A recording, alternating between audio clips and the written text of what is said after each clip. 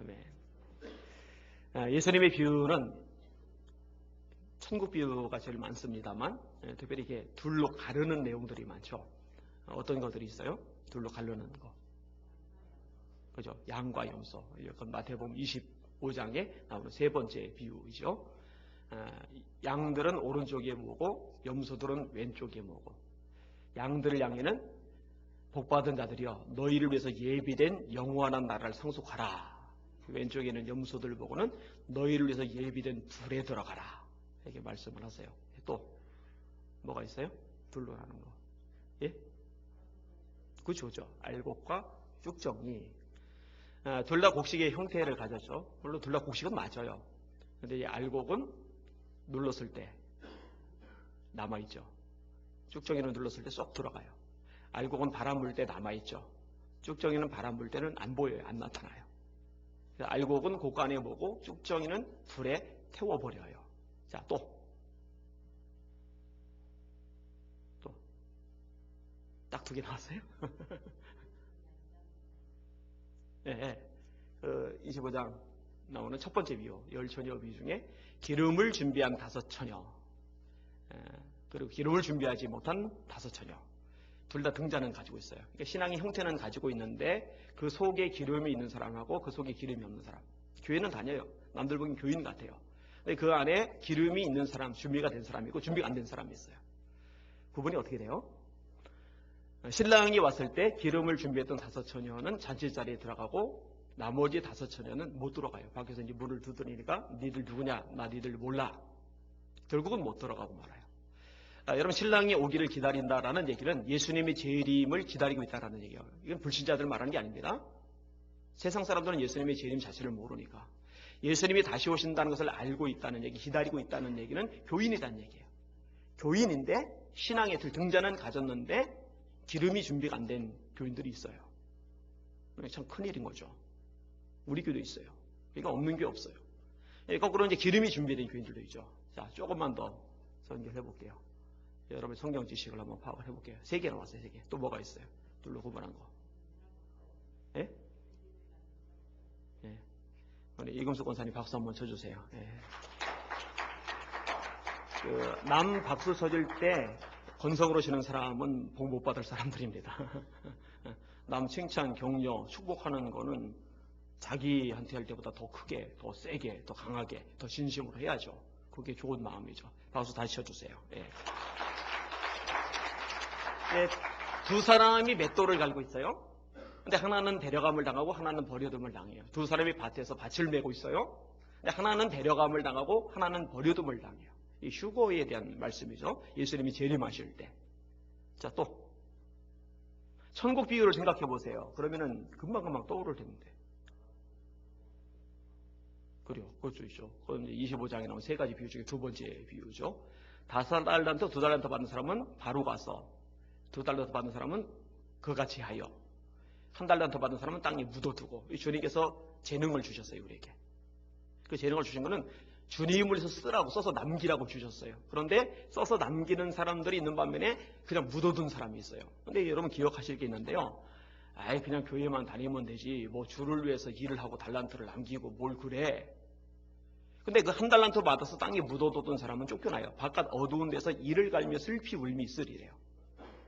그거 왜 그러죠? 여러분 정말로 인생의 주인이 하나님으로 바뀌었다면요. 내 인생의 주인이 내가 아니고 세상이 아니고 물질이 아니고 마귀가 아니고 정말 하나님이시라면요. 주인이 시키는 일을 하지 않는 종이라는 것은 말이 안 되는 거예요. 이런 것도 잘 생각을 해보셔야 돼요.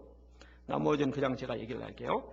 자, 알곡과 쭉정이는 둘 다 곡식이죠. 근데 둘 다 곡식이 아닌 예가 있죠. 알곡과 곡식과 가라지. 근데 이제 가라지가 더 반듯하죠. 키도 크고 모양도 멋있고. 종들이 이 가라지 뽑아버릴까요? 그랬더니 주인이 만류를 하죠. 가라지를 뽑다가 곡식까지도 상할까 염려된다. 추수 때까지 내버려둬라. 추수 때가 되면은 곡식은 모아 곡간에 두고 가라지는 불에 태울 거다. 그 다음에 좋은 물고기와 나쁜 물고기도 있죠. 제가 말한 2가지 빼고 나머지는 그래도 남았어요. 그래서 한 분이 많이 맞추셔도 다행입니다. 처음에 1-2개만 하고 말았다면 좀 실망이 됐을 것 같아요. 오늘 본문도 그와 같은 구조를 가지고 있어요. 둘로 구분을 하고 있어요. 추수를 하는데 하나는 곡식 추수에 대한 얘기고 하나는 포도송이를 추수하는 것에 대한 얘기예요. 근데 하나는 구원과 관련이 되어 있고 하나는 심판하고 관련이 되어져 있어요. 오늘 이 부분에 대해서 생각을 해볼 겁니다. 먼저 곡식 추수에 대해 보면 14절에서 16절까지 같이 읽을게요. 시작. 또 내가 보니 흰 구름이 있고 구름 위에 인자와 같은 이가 앉으셨는데 그 머리에는 금면류관이 있고 그 손에는 예리한 낫을 가졌더라. 또 다른 천사가 성전으로부터 나와 구름 위에 앉은 이를 향하여 큰 음성으로 외쳐 이르되 당신의 낫을 휘둘러 거두소서. 땅의 곡식이다. 이거 거둘 때가 이르렀음이니이다 하니 구름이 앉으신 이가 낫을 땅에 휘두르매 땅의 곡식이 거두어지니라. 한 사람이 등장을 하는데 이 한 사람은 예수님을 말하는 겁니다. 예수님이 구름 위에 앉아 있어요. 이 구름은 하나님의 영광을 상징합니다. 여러분 솔로몬이 성전을 짓고서 예배를 드릴 때 이 성전 안에 구름이 가득하죠. 하나님의 영광의 임재를 상징하는 겁니다. 모세가 십계명을 받으러 시내산에 들어갔을 때 구름이 빽빽하게 차죠. 이게 하나님의 임재, 하나님의 영광이 가득한 것을 상징해 주고 있는 겁니다. 구름 위에 앉아 계신 예수님도 마찬가지입니다. 재림할 때도 그렇죠. 볼지어다 구름을 타고 오시리라. 이렇게 말씀하고 있죠. 구름을 타고 오시리라. 자, 그런데 구름이 앉아있는 이 한 사람, 사람의 아들과 같은 이라고 묘사가 되고 있어요. 인성을 강조하는 거죠. 예수님의 핵심 성품 둘로 구분을 할 때 하나는 신성이고 하나는 인성입니다. 여러분 예수님이 하나님의 아들이심을 믿으시면 아멘. 성경이 기록된 가장 중심적인 이유 중에 하나가 뭐냐면 예수님이 하나님의 아들임을 드러내는 겁니다. 그래서 요한복음 20장에 보면은 예수께서 행하신 일이 이 외에도 많으니 만일 그것을 다 기록하면은 이 세상이라도 그 기록된 책을 두 개 부족할 줄 아노라. 오직 이것을 기록하면 너희로 예수께서 하나님의 아들이심을 믿게 하려 하며 그 이름을 힘있고 영생을 얻게 하려 하심이니라. 자, 요한복음을 기록한 목적이 뭐라고요? 우리로 예수님이 하나님의 아들이심을 믿게 만들려고 기록한 거예요. 우리가 잘 아는 마태복음 16장에 예수님이 너희들이 나를 누구라고 하느냐 했을 때 대답하기를 베드로가 주는 그리스도시여 살아계신 하나님의 아들입니다. 예수님이 기뻐하시면서 천국 열쇠를 주시잖아요. 예수님이 십자가에 운명하실 때 이 처형을 처음부터 마지막까지 총 리드했던 백부장이 외친 소리가 있죠. 그는 진실로 하나님의 아들이었도다. 예수님이 하나님의 아들이라는 것. 이것이 성경의 핵심 메시지입니다. 사실 세상이 거부하는 중심 메시지죠. 세상은 예수님이 교육자라는 걸 인정해요. 혁명가라는 걸 인정해요. 종교의 창시자라는 걸 인정해요. 4대 선 중에 한 명이라는 거 대부분 인정을 해요. 그런데 세상은 예수님이 하나님의 아들이라는 것은 인정을 안 합니다. 그런데 우리는 그걸 고백해야죠. 이 고백이 없이는 구원이 없으니까. 그런데 또 하나 중요한 것이 있는데 그게 뭐냐면 예수님이 하나님이신과 동시에 참 사람으로 이 땅에 오셨다는 겁니다. 요한복음 1장 14절이죠.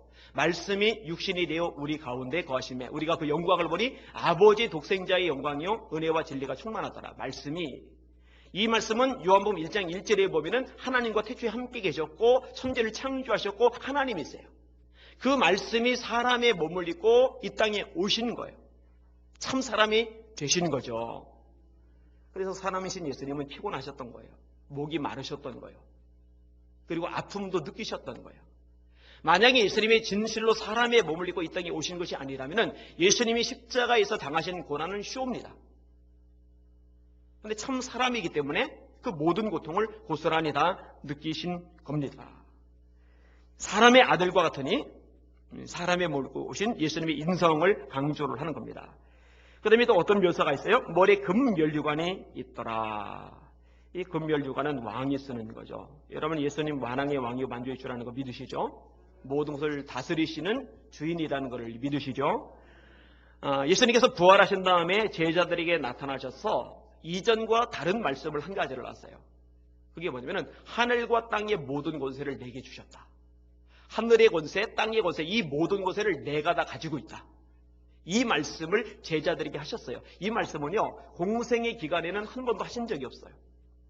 그러나 죽으시고 죽음을 이기고 살아나시고 그리고 부활의 몸으로 제자들에게 나타나셔서는 그 말씀을 하셔요. 그 말씀을 하시면서 지상 명령을 주신 거죠. 하늘과 땅의 모든 권세를 내게 주셨으니 그러므로 너희는 가서 모든 족속으로 제자를 삼아 아버지와 아들과 성령의 이름으로 세례를 주고 내가 너에게 분부한 모든 것을 가르쳐 지키게 하라. 여러분, 이 천지 만물의 진짜 주인은 예수님이심을 믿으시길 바랍니다. 이 세상 역사를 다스리시고 이끌어 가시는 분은 예수님이심을 깨달으시길 바랍니다. 미국의 오바마가 아닙니다. 지금 세계에서 제일 영향력이 큰 대통령이 오바마죠. 그래서 일본 같은 나라 경제 대국이지만 오바마 대통령이 하루만 더 일본에 묵어달라고 얼마나 애걸복걸 합니까? 그렇게 애걸복걸할 만큼 대단한 인물이 오바마지만 오바마가 역사의 주인, 역사의 리드자는 아니에요. 중국의 시진핑도 아니고 독일의 메르켈도 아니고 늘 정신 나갔다는 수식어가 들어가는 일본의 아베도 아니고 역사를 주관하시는 진짜 왕은 하나님이시고 예수 그리스도이심을 믿으시길 바랍니다. 이게 저와 여러분의 고백인 거죠. 자, 그런데요, 특이한 구절이 하나가 나와요. 이 예수님께서 이한 날카로운 낫을 가지고 계세요. 여러분, 초림의 예수님과 아주 다른 모습입니다. 초림의 예수님은 이 세상에 오셨는데 왜 오셨죠? 죽으러 오셨어요. 십자가에 매달리러 오셨어요. 그게 예수님이 오신 목적입니다. 그래서 베드로가 예수님을 잡으러 온 무리들 가운데 제사장 종인 말고의 길을 확 베어버렸을 때 그 길을 예수님이 고쳐주면서 내가 지금 12영 더 되는 천사 부를 수 없는 줄 아느냐고. 근데 만약 그렇게 하면은 이 일이 있으리라한 말씀이 어떻게 되냐? 성경이 어떻게 되겠느냐? 이 일은 무슨 일이에요? 십자가에 매달려 죽으시는 일. 예수님이 당신이 오신 목적을 아세요. 요한복음엔 때라는 얘기가 굉장히 많이 반복이 되는데 그 때가 뭐냐면요. 예수님이 십자가에 매달리시는 때예요. 그 때가 가까운 것을 아셨을 때 요한복음 12장에 보면은 인자가 영광을 얻을 때가 가까이 왔도다. 고난당해서 멸시조롱당해서 십자가에 매달려 처참하게 죽임을 당하시는데 예수님은 그 때를 가리켜서 영광을 얻을 때라고 말씀하세요. 왜냐? 바로 그 일을 통해서 구원의 문이 열리고 하나님의 뜻이 이 땅 가운데 성취가 되기 때문에 예수님에게는 그게 가장 영광스러운 것이기 때문에 이게 초림의 예수님이란 말이에요. 그런데요, 이제 후로 오시는 예수님은요, 그렇게 죽으러 오시는 예수님이 아니라 심판하러 오세요. 이게 설교 준비하다가 제가 상상력을 잘 동원한다고 그랬잖아요. 상상을 해보니까 별로 좋은 그림은 안 나와요. 예수님이신데 낫을 들고 계신 예수님. 이거 뭔가 좀 그림이 익숙하지 않은 그림이에요. 그런데 이 계시록은 이제 묵시문학이거든요. 상징적인 내용들로 가득 차 있거든요. 낫을 가지고서 거두는 거죠. 그런데 다행히 여기서 예수님이 낫을 가지고 거두는 것은요, 특별히 구원과 관련이 돼요. 물론 심판을 주장하세요. 심판에 주로 오시는 건 맞아요. 그래서 예수님이 오실 때 사람들이요 통곡을 하죠. 산아 바위야 우리를 가리워라. 어린 양의 진노에서 우리를 좀 숨겨달라. 아까 인용한 각 볼지어다 구름을 타고 오시리라. 각인의 눈이 그를 보겠고 땅에 있는 모든 족속이 그를 인하여 애곡하리니 그리하리라. 왜 애곡하겠어요? 심판에 주로 오시는 것을 보니까 애곡할 수밖에 없는 거죠. 근데 성도들 입장에서는 그날이 애곡의 날이 아닙니다. 기쁨의 날이죠. 구원이 완성되는 날이죠. 그래서 마라나타가 가능한 거예요. 아멘 주에서 오시옵소서. 왜 이제 오십니까? 기다리고 있었습니다.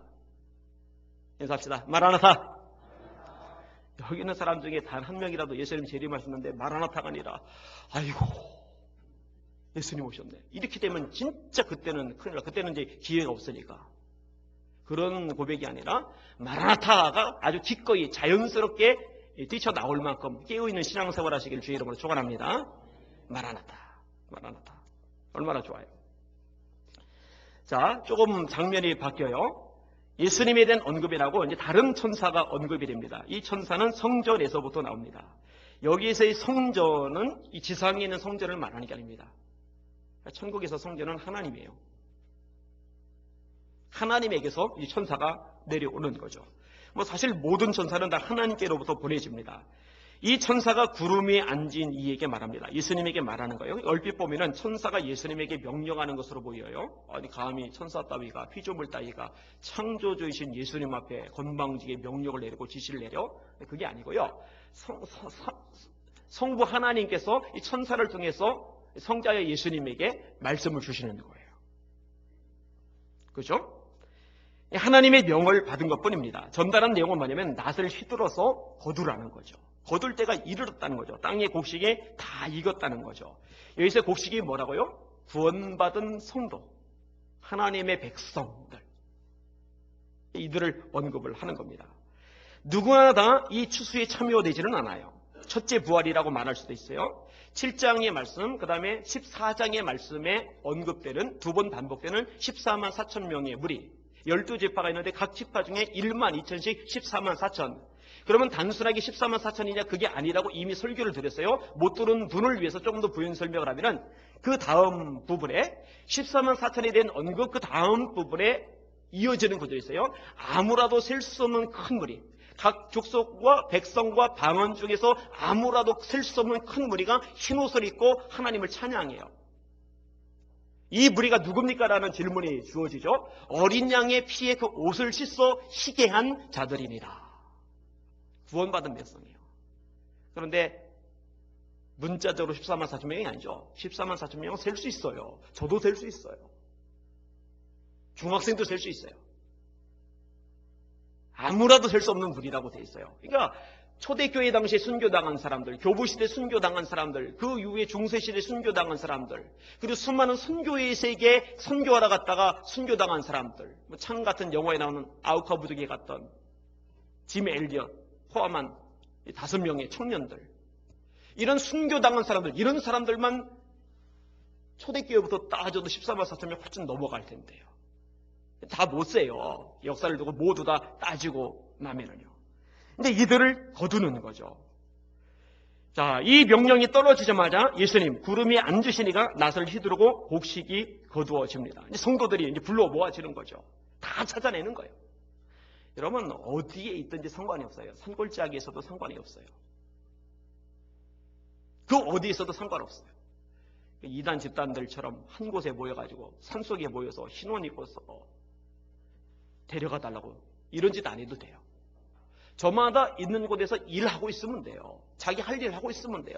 예배할 땐 예배하고 있으면 돼요. 어디에 있든지, 아까도 말씀드렸잖아요. 밭에서 밭을 메고 있는데 데려감을 당해요. 맷돌질을 하고 있는데 데려감을 당해요. 어디 있든지 상관이 없어요. 또 하나, 우리 몸 상태가 이미 죽은 지 오래돼서 어떤 상태가 되었든지 상관이 없어요. 예전에 그런 때가 있긴 있었어요. 화장을 안 하려고 예수 믿는 사람들이 왜 안 하냐 했더니 예수님 재림할 때 다 태워버리면 어떻게 부활하냐고. 그건 참 바보 같은 소리입니다. 화장을 안 해도 죽은 지 100년, 200년, 300년 되면은요, 어차피 다 사라져요. 그리고 뭘 놓치고 있느냐? 하나님이 애초에 사람을 만드신 창조자라는 사실을 놓치고 있어요. 어떻게 되었든 상관없는 줄 깨달으시길 바랍니다. 다 불러드리시는 거죠. 다 불러드리는 거죠. 조금만 더 이 구원받은 자들에 대해서 설명을 할게요. 여러분 구원받은 하나님의 백성들, 이 구원은요 두 가지가 필수 요소가 있어요. 하나는 회개고 하나는 믿음입니다. 따라합시다. 회개와 믿음. 다시 회개와 믿음. 이 회개와 믿음이 없이 구원은 없어요. 예수님의 첫 번째 메시지죠. 때가 자꾸 하나님의 나라가 가까이 왔으니 그 나라에 들어가야 되잖아요. 하나님 나라가 가까이 왔으니 따라합니다. 회개하고 복음을 믿으라. 회개가 있어야 돼요. 여러분 이제 보네퍼가 값싼 은혜라는 말을 했는데 이 값싼 은혜라는 게 뭐냐면은 예수님이 십자가의 죽음을 너무나 하찮게 만들어주는 거죠. 제가 볼 때 지금의 한국 교회가 그 값싼 은혜 그 속에 잠겨 있어요. 값싼 복음이 강단에서 선포된 결과입니다.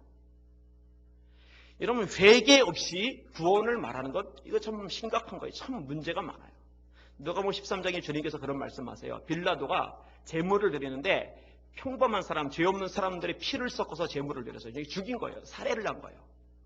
예수님이 뭐라고 말씀하시냐면은 이 사람들이 갈릴리에 사는 다른 사람들보다 더 많이 죄가 있어서 이런 일을 당한 줄 아느냐? 아니다. 너희도 회개하지 않으면은 다 이와 같이 망하리라.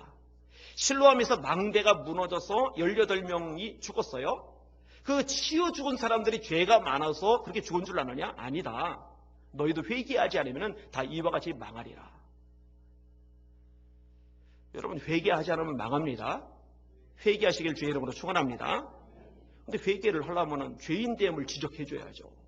책망해야죠. 근데 그 설교가 사라져버리고 있으니까 교회 다니고 지옥 가게 만드는 이런 끔찍한 일들이 교회에서 발생하고 있어요. 이건 정말 끔찍한 일입니다. 회개는 반드시 필요합니다.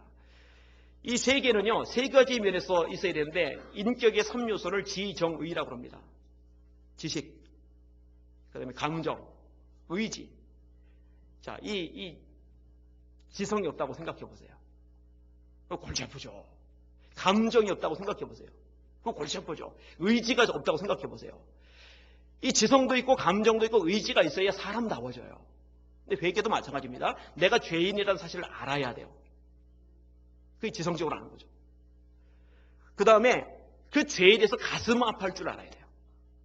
근데 죄를 지면서도 가슴 아파할 줄 모른다. 이거 심각하죠? 마귀는요, 자기가 죄 짓는 걸 알아요. 그런데 가슴 아파하진 않아요. 그러니까 눈물, 콧물 흘리면서 그 가슴 아파하는 거죠. 그것도 이제 나쁜 건 아닙니다. 근데 그 다음 것이 문제인데 의지적으로 방향을 돌이키는 겁니다. 내가 죄를 향해 가다가, 마귀를 향해 가다가, 세상을 향해 가다가, 돈을 인생의 목적으로 삼고 가다가, 이것이 내 인생의 목적이 되면은 이건 심판이구나, 지옥이구나, 멸망이구나, 영원한 형벌이구나. 하나님께로 방향을 틀어서 옮겨가는 거죠. 그래서 메타노이아. 제대로 했죠? 메타노이아. 이 메타노이아, 회개란 말 자체가 방향의 전환이라는 의미를 가지고 있어요. 원어의 의미가. 따라합시다. 회개는 방향의 전환이다. 인생의 주인이 하나님으로 바뀌어야 돼요. 여전히 인생의 주인이 세상이고, 여전히 인생의 주인이 나이고, 여전히 인생의 주인이 마귀고, 여전히 인생의 주인이 돈인 사람은 회개가 안 된 사람이에요. 깨달으시길 바랍니다. 회개하셔야 돼요. 그 다음에 복음을 믿어야죠. 복음은 뭐예요? 예수님이 내 죄를 위해서 십자가에 죽으셨다는 것. 이걸 믿으시면 아멘. 이거 믿어야 돼요. 그 다음에 또 하나, 우리 죄를 담당하시고 십자가에 죽으셨지만 죽음의 권세를 이기고 3일 만에 다시 살아나셨다는 거. 이거 믿으시면 아멘. 그죠? 이거 믿어야 돼요. 예수께서 하나님께서 예수님을 죽은 자 가운데서 다시 살리신 것을 네 마음에 믿으면 구원을 얻으리니 사람이 마음으로 믿어 의에 이르고 입으로 신하여 구원에 이르느니라. 이게 로마서 10장 9절 10절의 말씀입니다. 따라합시다. 회개와 믿음. 회개와 믿음. 그죠?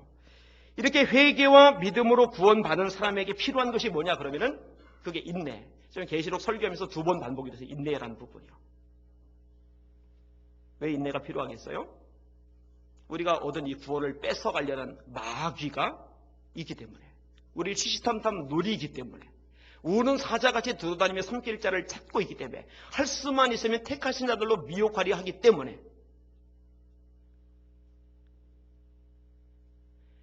회개와 믿음을 통해서 구원받은 사람들이 인내로 신앙생활할 때 나타나는 게 뭐예요? 그게 이제 열매.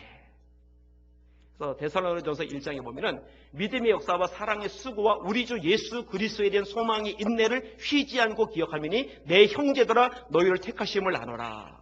이 바울 사도가 말하는 거예요. 데살로니가 성도들 보고 너희들 구원받은 사람들, 택함받은 사람들 맞다.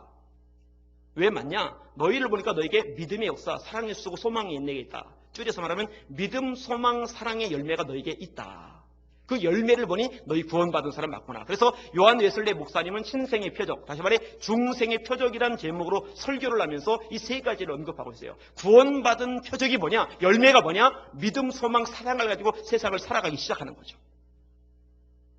요한복음 15장에 열매가 없으면 찍히죠. 이건 세례요한의 메시지에도 동일하게 나타납니다. 도끼가 이미 나무 뿌리에 놓였으니 열매를 맺지 않는 나무마다 찍혀 불에 던져 치리라.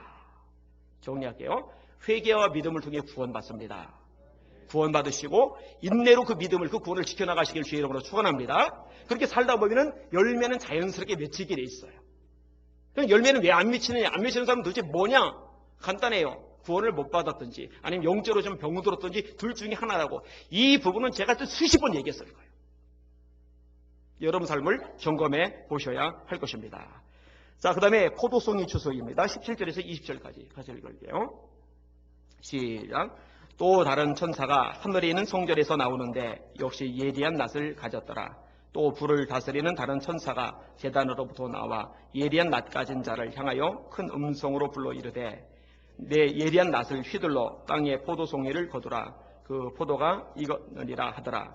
천사가 낫을 땅에 휘둘러 하나님의 진노의 큰 포도주 틀에 던짐에 성 밖에서 그 틀이 밟히니 틀에서 피가 나서 땅까지 닿았고 1600 스타디온에 퍼졌더라. 아멘. 또 다른 천사들이 참 많이 나오죠. 역시 하나님께로부터 보내심을 받아요. 천사는 자기 임의대로 움직이는 법이 없습니다. 여러분, 하나님 나라에 삼위일체 하나님이 계시고 계시록 회례면 24장로가 있고 내생물이 있고 천사들이 있잖아요. 그 하나님 나라에서는요, 하나님의 뜻이 100% 이루어집니다. 그래서 주기도문에 보면은 뜻이 하늘에서 이루어진 것 같이 땅에서도 이루어지게 해달라고 기도하는 내용이 나오는 거예요. 근데 만약에 천사 중에 일부가 반역하고 불순종하고 말 잘 안 듣고 시키는 대로 안 하면은 그 기도도 의미 없어지는 거죠. 천사는요, 시키는 대로 잘해요. 참 잘해요. 이 천사와 비슷한 종류이지만 임의대로 움직이는 존재는 마귀죠. 그리고 마귀의 수하들이죠. 물론 뭐 임의대로 움직인다고 하지만은 그것도 한계는 있어요. 하나님이 허용하신 틀 안에서입니다. 그리고 마침내 멸망받을 존재입니다. 제가 볼 때 사실 가장 불쌍한 존재는 마귀와 그 졸개들이에요. 왜냐하면 사람들은요, 회개하고 믿으면 구원받을 길이 생기는데 마귀는요, 회개하고 믿을 기회 자체가 주어지질 않아요. 그게 제일 불쌍한 존재들이죠. 자, 이 천사들, 성도와의 관계를 조금만 설명을 드리면 이 천사는요, 하나님의 명령에 따라 심부름만 하는 것이 아니라 저와 여러분들을 보살피는 역할도 해요. 돌봐주는 역할도 해요. 따라합시다. 모든 천사들은 부리는 영으로서 구원 얻을 후사들을 섬기라고 보내심이 아니냐. 히브리서 1장 14절입니다. 저를 여기는 여러분들을 섬기라고 보낸 존재가 천사들인 줄 깨달으시길 바랍니다. 우리 눈에 안 보여서 그렇죠. 물론 보는 사람도 있어요. 제 친구 중에도 잘 보는 친구. 대학 때 제가 그 친구 보고 부러워했어요. 저쪽에 있다고 그러는데 앞만 비비고 봐도 제 눈에는 안 보이는 거예요. 걔는 봐요. 물론 천사 보니까 귀신도 보죠. 특별히 하나님께서 그런 걸 보는 은사를 주신 거예요. 지금 인도에 가서 이제 선교 사역을 해요. 뭐 요즘은 그렇게 부럽진 않아요. 근데 대학 때는 진짜 부럽더라고요. 나는 천사 얼굴은 못 봐도 좋으니까 날개 끄트머리라도 보였으면 좋겠는데 결국 안 보이니까. 이게 우리 섬기라고 보낸 거예요. 천사들은요, 영광스러운 존재이지만 대단한 힘과 능력을 가지고 있는 존재이지만은 그 천사들 입장에서 보면은 구원받은 하나님의 백성들이 더 부러워요. 그래서 여러분, 천사가 갖지 않은 고난, 천사가 모든 것을 다 전달하고 수행을 하는데요, 복음을 전하는 역할은 천사에게 주어지지 않고 하나님의 아들, 딸인 저와 여러분에게 주어진 줄 깨달으시길 바랍니다. 그래서 찬송가에도 보면은 주내게 부탁하시네. 이거 전도하는 일이거든요. 주내게 부탁하시니 전사도 흠모하겠네. 화목해 하라신 그 주의 말씀을 온 세상 널리 전하세. 이 천사가 왜 부러워할 것 같아요? 사실 전도에서 영원 지옥 갈 백성 구원받게 만드는 것만큼 영광스럽고 큰 상급은 없거든요. 천사는 그 상급에서 제외가 됐어요. 여러모로 천사들 보기에는 우리가 부러운 존재예요. 여러분 자부심과 긍지를 가지시기를 바랍니다. 자, 다시 본문으로 들어와서 예리한 낫을 가졌어요. 구름이 앉은 예수님하고 마찬가지로 그 날카로운 낫을 가지고 있는 거예요. 자, 또 다른 천사가 등장합니다. 불을 다스리는 천사. 이 불의 의미는요, 심판을 말하는 거죠. 여러분, 소돔과 고모라 땅이 멸망을 당하죠. 뭐가 없어서 멸망을 당해요? 의인이 10명이 없어서. 그죠? 의인들이 있으면 그 의인들 보고서 봐주는 측면이 있잖아요. 그죠? 저는 이제 한국 교회도 마찬가지라고 생각을 하는데, 사실 한국 사회도 그렇고, 한국 교회도 그렇고 참 심각합니다. 어제 손님들 와서 이야기 나누는 중에, 한 사람은 이제 작가예요. 소설을 몇 권 냈고, 또 역사 관련된 책을 4권 냈는데, 4권이 다 문교부, 교육부에서 추천 도서가 돼가서 전국 초중고에서 이게 읽혀지는 그런 책을 쓴 실력 있는 작가예요. 근데 그 작가가 이런 얘기를 하더라고. 한국인들은 죄다 도둑놈이라고. 스마트폰이 그렇게 만들었다고. 요즘 스마트폰 분실되고 나면은요, 찾을 확률이 거의 제로랍니다. 20만 원은 받는다면서요. 그래서 스마트폰을 주스면은 일단 끈대요. 근데 가만히 듣고 보니까, 야, 정말 이 국민들 이 도덕성이 정말 황폐해졌구나. 남의 것을 도둑질하는 이게 얼마나 큰 악이 큰 죄인지에 대한 개념 자체가 아주 사라졌구나. 그러면 교인들은 돌려줄까? 근데 얘기 나누는 중에 같이 온 그 자매가 하는 어떤 사람 얘기가 나왔는데, 주웠는데 교회를 열심히 다니는데 그걸 파는 거예요. 물었대요. 그 팔고 나서 11조 했냐 했더니 11조 했대요. 여러분, 하나님께서 그 11조 받으셨을까요? 안 받으세요, 그거. 참 문제가 많아요. 문제가 많아요. 그런데 왜 이 국가적인 심판이 아직 임하지 않을까가? 저는 이유가 있다고 생각해요. 아직도 남아있는 의인들이 있어요. 이 나라 민족을 위해서 정말 목숨 걸고 기도하는 기도의 사람들이 있어요. 하나님께서 그들 보고 넘어가 주시는 거예요. 예레미야 5장에 보면은요, 하나님이 예레미야 보고 이렇게 말씀하세요. 이 큰 도성에 의를 행하는 사람 한 사람이라도 찾으면은 내가 이 성 멸하는 거 멈추겠다고. 그게 하나님 아버지 마음입니다. 이게 전체가 다 심판받아 마땅하지만은 하나님 뜻대로 사는 사람들, 울부짖는 사람들, 소위 이제 중보자, 에스겔 세이프에 의하면은 그들을 보시고 전체에 기회를 주시는 거예요. 유예 기간을 남겨두시는 거예요. 여기는 여러분들 중에 그런 기도자들, 그런 의인들이 일어날 수 있기를 주의 이름으로 축원합니다. 겨우 구원받는 사람 되지 마시고, 아니면 교회 다니는 신용만 하다가 지옥 가는 불쌍한 인생 되지 마시고, 회개와 믿음을 통해 구원 받으신 다음에 이제는 성장해서 다른 사람을 살리고 이 교회를 살리고 이 지역을 살리고 이 나라를 살리는 그런 역할들 감당하시는 여러분들 되시길 바랍니다. 심판은 반드시 있으니까. 소돔과 고모라는 의인 10명이 없어서 멸망당했어요. 예루살렘도 의인이 없어서 멸망을 당했어요. 일단 소돔 고모라 불과 유황으로 심판을 받았죠. 치유의 심판 역시 불로 심판합니다. 이거에 대한 말씀이 베드로서 3장인데 6절에 이로 말미암아 그때의 세상은 물의 넘침으로 멸망하였으되, 물의 넘침으로 멸망하였으되 무슨 얘기예요? 노아의 홍수 사건을 얘기하는 거죠. 그 다음에 7절에 이제 하늘과 땅은 그 동일한 말씀으로 불사르기 위하여 보호하신 바 되어 경건하지 아니한 사람들의 심판과 멸망의 날까지 보존하여 두신 것이라. 언제까지 보존해 두신 거냐면 하나님이 심판의 불을 내리실 때까지. 이제 심판의 불을 내리시면은요, 땅만 아니라 하늘까지 다 살라집니다. 하늘의 체질이 녹아진다고 성경은 말씀하고 있어요. 이 불은 핵무기 같은 인위적인 불이 아닙니다. 여러분, 하나님께서 노아의 홍수 때 세상을 물로 심판하시는 그 시점에 댐이 터졌습니까? 소돔과 고모라를 멸망시키실 때 폭탄이 터졌습니까? 아니죠. 하나님은 그런 문명이 이기 도움을 안 받아도, 물론 그런 거 있기도 전입니다만, 그런 거 도움을 안 받아도 물로 심판하실 수 있고 불로 심판하실 수 있어요. 그리고 마지막 때 핵무기 같은 무기 따위 도움 안 받아도 불로 얼마든지 심판하실 수 있는 줄 깨달으시길 바랍니다. 하나님께서 그렇게 심판하시겠다는 거예요. 근데 이 심판이요, 제단에서부터 나옵니다. 이 제단은 두 가지 특징이 있는데, 하나는 뭐냐면 이 계시록에서 나오는 특징입니다. 성도들의 기도가 모아져서 이게 담겨지죠. 이게 제단으로 올라가요. 여러분들이 드리는 기도가 제단에 올라가는 줄 깨달으셔야 돼요. 또 하나, 성전과 제단 사이에서 순교를 당한 순교자들이 하나님 앞에 하소연을 합니다. 우리 피를 신원하여 주지 아니하시기를 어느 때까지 하시렵니까? 그랬더니 위로하는 음성이 들리는데 아직 순교자의 피가 더 차야 된다는 거예요. 그때까지 기다리고 있으라는 거예요.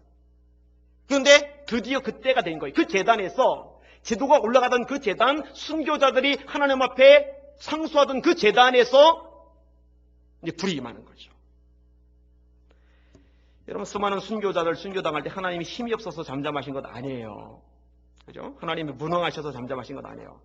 여러분, 스테반이 순교당할 때도 역시 마찬가지죠. 스테반이 그때 영안이 열리는데 보니까 하나님의 영광이 보여요. 그 옆에 예수님께서 서 계신 것이 보여요. 그러니까 맥 빠진 채로 무능력하게 하나님이 계시던 게 아니에요.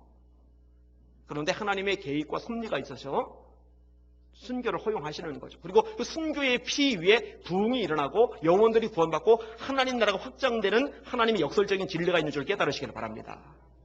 그러니까 그 계시록에서도 순교자의 피가 더 차기까지 기다리라, 이 말씀하시는 것, 하나님이 무능력해가지고 못 도와줘서 불쌍하게 비참하게 억울하게 죽임을 당한 게 아니라 그조차도 하나님의 커다란 계획을 이루는 과정인 거예요. 그리고 그들은 전도자보다 더 위에 있죠. 순교자들은 최고의 영광, 최고의 상급을 받을 자들이니까. 제가 사실은 이제 신성정 목사님이 그 천국과 지옥을 갔다 오시고 나서 그 70 넘은 나이 그 대학자가 그 대형교회 담임 목사이던 분이 선교지 가서 왜 전도하고 다니나? 지옥 가고 천국 가고 와서 보니까 이제 정체가, 이제 실상이 이제 보인 거잖아요. 근데 제가 그분 글을 읽기 전에 최고의 영광은 선교자들이 받고 두 번째는 전도자들이다 했는데 이분이 본 내용이 그 내용이어서 야, 내가 제대로 가르쳤구나. 봤더니 상급을 받는데 순교자들이 제일 영광스럽고 그 다음에 전도자들. 자기는 대형교회 담임 목사였는데 유명한 신학자였는데 수많은 책을 써놨는데 아무것도 없는 거예요. 아무것도 없는 거예요. 그러니까 큰일 났다 싶으니까 전도하러 다니는 거지. 뒤늦게라도. 깨달으시길 주의 이름으로 축원합니다. 대형교회 목사 별거 아닙니다. 천국 갔을 때 쫙 찌그러질 수 있어요. 전도자들이 진짜예요. 순교자들은 뭐 말할 필요가 없겠죠. 자, 이 불을 가진 천사가 먼저 천사에게 말을 합니다. 네 낫을 휘둘러서 땅에 포도송이를 거두라. 포도가 익었다. 이거 역시 지위가 높아서 명령을 내리는 게 아니라 하나님의 명령을 전달해 주는 겁니다. 아까 천사가 예수님에게 말씀을 전달하듯이 그런 구조랑 똑같이 되어 있어요. 이 포도가 익었다. 이것은 죄악이 하늘에 닿은 거죠. 소돔과 고모라처럼. 예수님이 재림하실 무렵이 되면은요, 이 세상은요, 점점 이 죄가 확산되고 죄가 번져가고 죄가 커지다가 진짜 끔찍한 상황까지 가게 됩니다. 제가 볼 때 지금 우리가 사는 세상도요, 이미 우리 대한민국도요, 소돔과 고모라 수준을 능가했습니다. 여러분은 어떻게 보이세요? 근데 그게 보여야 돼요.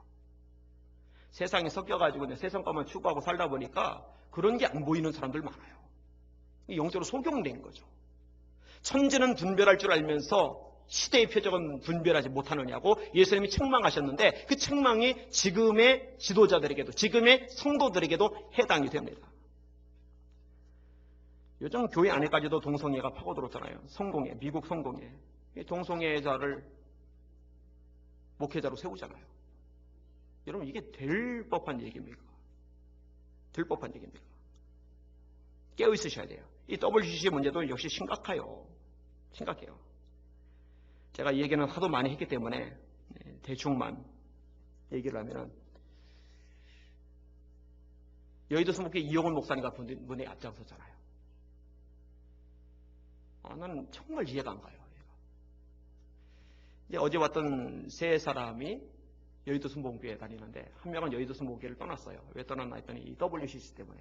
이건 배교인데 이 WCC 총회에서 이제 이대 정연경 교수가 굿판을 벌였잖아요. 하갈의 영이요. 나가사키 히로시마에서 폭탄에 원폭에 죽은 사람들의 영이요. 흙의 영이요. 돌의 영이요. 다 불러댔잖아요. 그게 성령님 아니잖아요. 귀신들 불러낸 거죠. 그리고서 기립박수를 받았잖아요. 이런 단체를 부산에서 총회를 개최를 했잖아요. 우리 교단 이거 가입하려고 할 때 총회장님 앞장서고 총무님이 앞장섰잖아요. 16개 지방의가 통과시켰잖아요. 그때 제가 교단에서 잘릴까고 목사직 제명당할 각오로 이거 싸웠잖아요. 그때 계시던 분들은 기억할 거예요.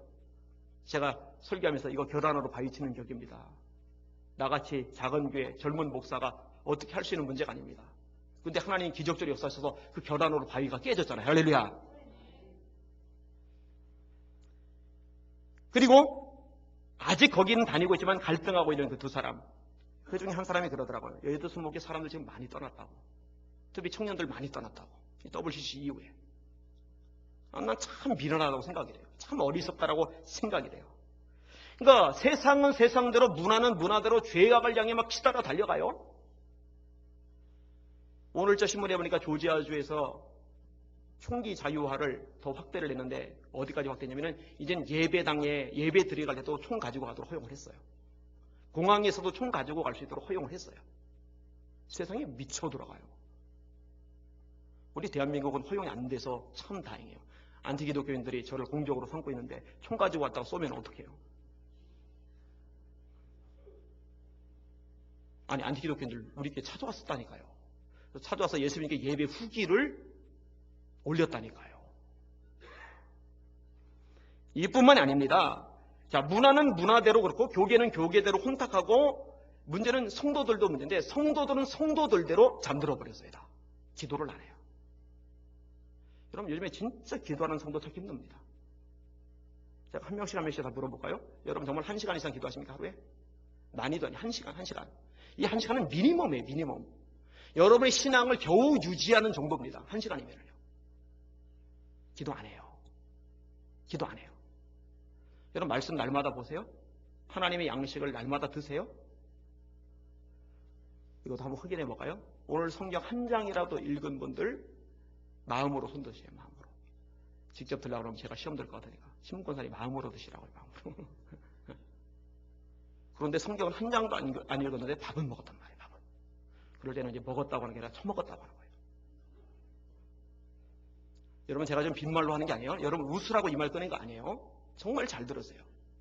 영의 양식이라는데 생명의 양식이라고 하는데 우리를 살리고 자라게 하는 말씀이라고 하는데